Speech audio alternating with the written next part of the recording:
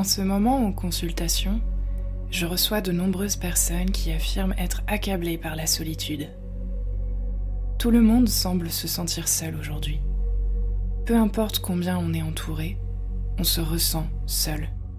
C'est assez déstabilisant quelque part quand on est thérapeute, car on reçoit plusieurs fois par jour cette plainte-là, celle de la solitude, et on aimerait que tous ces gens qui se sentent seuls se rencontrent. Mais pourraient-ils seulement se rencontrer ? Nous est-il encore possible aujourd'hui de rencontrer l'autre ? En laissant nos préjugés, nos blessures, nos attentes de côté. Chaque fois je me fais cette remarque. Si seulement cette personne que je viens d'écouter tout à l'heure pouvait rencontrer cette personne que je suis à présent en train d'écouter. Leur vécu a beau être totalement différent, elles expriment chacune pourtant exactement la même forme de détresse. Le sentiment d'être seule, de n'avoir personne autour qui entende, comprenne, ressentent pareillement qu'elle. Pour amener les choses au langage astrologique, j'y perçois, entre autres, une problématique figée sur l'axe Lion-Verseau. Comme si on était incapable de faire du Verseau, d'être avec l'autre, à côté de lui, tout en existant toujours en tant qu'individu à part entière, c'est-à-dire en tant que lion. Lion et Verseau ne vont pas l'un sans l'autre, car sans le lion, le Verseau ne pourrait pas se sentir appartenir. Et sans le Verseau, le lion est seul au monde, centré sur lui-même. Alors, n'est-ce justement pas cela le problème de fond ? Nous sommes dans une société qui, à bien des égards, nous invite à faire du lion, notamment via les réseaux sociaux, mais nous empêche de faire du Verseau. On se retrouve coincé avec nous-mêmes, notre ego et ses blessures, et on ne parvient plus à rencontrer le groupe, à laisser infuser notre individualité dans le groupe, et l'individualité de groupe n'existe plus. Les égos les plus forts, les plus bruyants, prennent le dessus. Il n'y a plus d'harmonie. Bernard Stiegler parlait de notre incapacité à atteindre l'individuation collective, et c'est ce que j'observe depuis plusieurs années maintenant. Nous ne parvenons pas à nous individuer collectivement, à faire un ensemble, à devenir plus grands que nous-mêmes, à appartenir vraiment à quelque chose de collectivement unifié.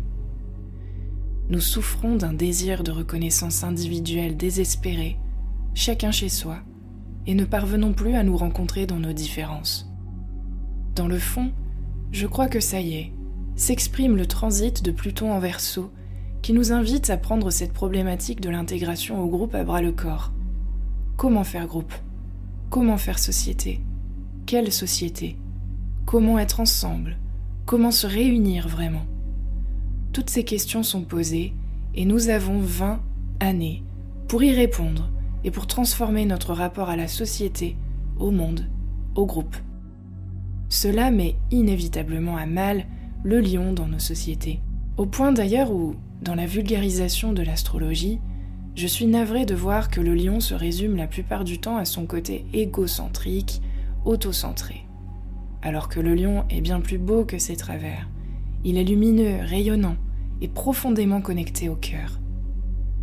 Le Verseau sans le lion, c'est une froideur et un détachement fait d'ombre et de glace, loin de la lumière qui réchauffe le cœur. Car oui, le lion rallume, ravive les cœurs. Alors comment expliquer que nous y soyons bloqués et aussi limités ? Comment est-il possible que nous ayons à ce point travesti la lumière du lion pour ne la faire plus que paraître et non plus être ? Eh bien, il me semble que nous avons peur de la lumière. C'est ce que je remarque de plus en plus souvent en consultation. D'un côté, toutes les personnes que je reçois sont désabusées par la société, le système, ce que notre monde est devenu. Elles n'ont plus foi en la politique, etc. Et ce à juste titre, si j'ose dire. D'un autre côté, la conséquence de ces constats pessimistes sur la société, c'est que beaucoup d'entre elles ne croient plus en leur propre lumière, en leur potentiel de création, et je dirais même de résurrection. Alors elles s'éteignent, s'amoindrissent, n'attendent plus rien de rien, et sont désabusées. Or, c'est précisément parce qu'on ne croit plus en sa lumière personnelle qu'il n'est plus possible de rayonner collectivement, qu'il n'est plus possible de penser des alternatives, qu'il n'est plus possible de faire ensemble. Car si le lion est malade, alors le Verseau en souffre immanquablement. Et un lion malade, c'est un lion qui cherche désespérément à être vu, quitte à tout grossir, tout exagérer, tout dramatiser. N'est-ce pas pour cela que nous sommes aujourd'hui dans une ère que je qualifie de celle des victimes ? Comme si nous cherchions à faire du Verseau, à nous reconnaître en l'autre, par le biais de la grandiosité de nos drames personnels. Alors que le Verseau n'a Dieu que pour l'histoire collective, pour ce qui nous lie les uns aux autres et nous fait nous sentir en collaboration. Il n'en a que faire du drama individuel. C'est pour tout ça, et plus encore, que j'exerce ce métier avec cœur depuis 2019, pour faire un petit pas de plus chaque jour vers notre prochaine individuation collective. Je vous reçois un à un, une à une, en consultation, parce que je suis convaincue que le tout premier travail est individuel, c'est-à-dire que nous devons guérir nos lions, nos égos malades, pour pouvoir avancer collectivement sur le cadran d'en face, en Verseau. Et pour ce faire, il convient d'être en capacité de se regarder vraiment. Dans nos ombres, certes, mais aussi, et peut-être surtout aujourd'hui, dans notre lumière. Nous sommes, il est vrai, dans une société qui castre énormément, qui clive, qui limite, qui incite de plus en plus à la radicalisation, à la haine, qui ne sait pas faire dans la demi-mesure, en nous laissant aller à la dépression, aux addictions, à l'anxiété, nous lui donnons raison et nous nous résignons. Combattons. Luttons avec le cœur, tels de véritables lions. C'est en osant faire avec le cœur, dans un monde fait d'ombre et de chaos, de faux semblants et d'hypocrisie, que nous mettons toutes les chances de notre côté pour que nos enfants puissent rebâtir après nous. Ne faisons pas comme si tout était perdu d'avance, comme si plus rien ne pouvait changer, comme si l'argent était un frein, la matérialité une ennemie. Nous pouvons repenser tout ça, nous pouvons avancer avec ça, et je crois même que nous le devons aujourd'hui plus que jamais. Concrètement, je vous invite à faire appel à Uranus dans vos thèmes respectifs et à lui donner toute la place qu'il mérite en le faisant rayonner par le biais du signe de votre soleil. Oui, vous avez bien entendu, faire rayonner votre Uranus par le biais du signe dans lequel se trouve votre soleil. Car Uranus oppose le soleil comme le Verseau oppose le lion. Alors c'est entre ses mains que se trouve notre libération. Croire en demain, faire autrement, se libérer du cadre et des contraintes, inventer notre propre rythme, dire non quand c'est non, taper du poing sur la table quand ça devient trop, reprendre sa place, votre place, et oser avancer crânement vers demain, ensemble. Le signe dans lequel tombe votre soleil est le salut de votre besoin de liberté, mais aussi de votre besoin de coopération. De la même manière, le signe de votre Uranus est la pierre angulaire du besoin d'accomplissement et de reconnaissance de votre soleil. La maison de votre Uranus est celle sur laquelle vous pouvez vous appuyer pour retrouver ce sentiment d'appartenance qui vous manque tant en ce moment. C'est le point de départ de ce besoin d'individuation collective que nous avons tous. Et la maison de votre soleil est le lieu où votre Uranus culmine. C'est là qu'il peut briller, s'exprimer librement, être aussi un levier pour autrui, une inspiration. Repensez le thème astrologique en termes de complémentarité et non plus en termes d'opposition change radicalement la donne. Et je vous invite à commencer à le faire par le biais de cet axe Lion-Verseau, Soleil-Uranus, car, j'insiste, c'est le ciment de notre individuation collective, de notre libération. Et oui, pour celles et ceux qui ne le savaient pas encore, je joue de moins en moins dans la cour de l'astrologie traditionnelle. Mon astrologie se veut de plus en plus uranienne, c'est-à-dire, et j'ose le dire, avant-gardiste.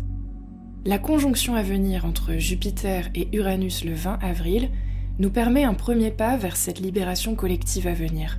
C'est une manière très forte de réunir nos forces, d'y aller quand même si on a peur, même si tout s'écroule, même si plus rien n'a de sens et que les sentiments de solitude et d'absurdité prédominent.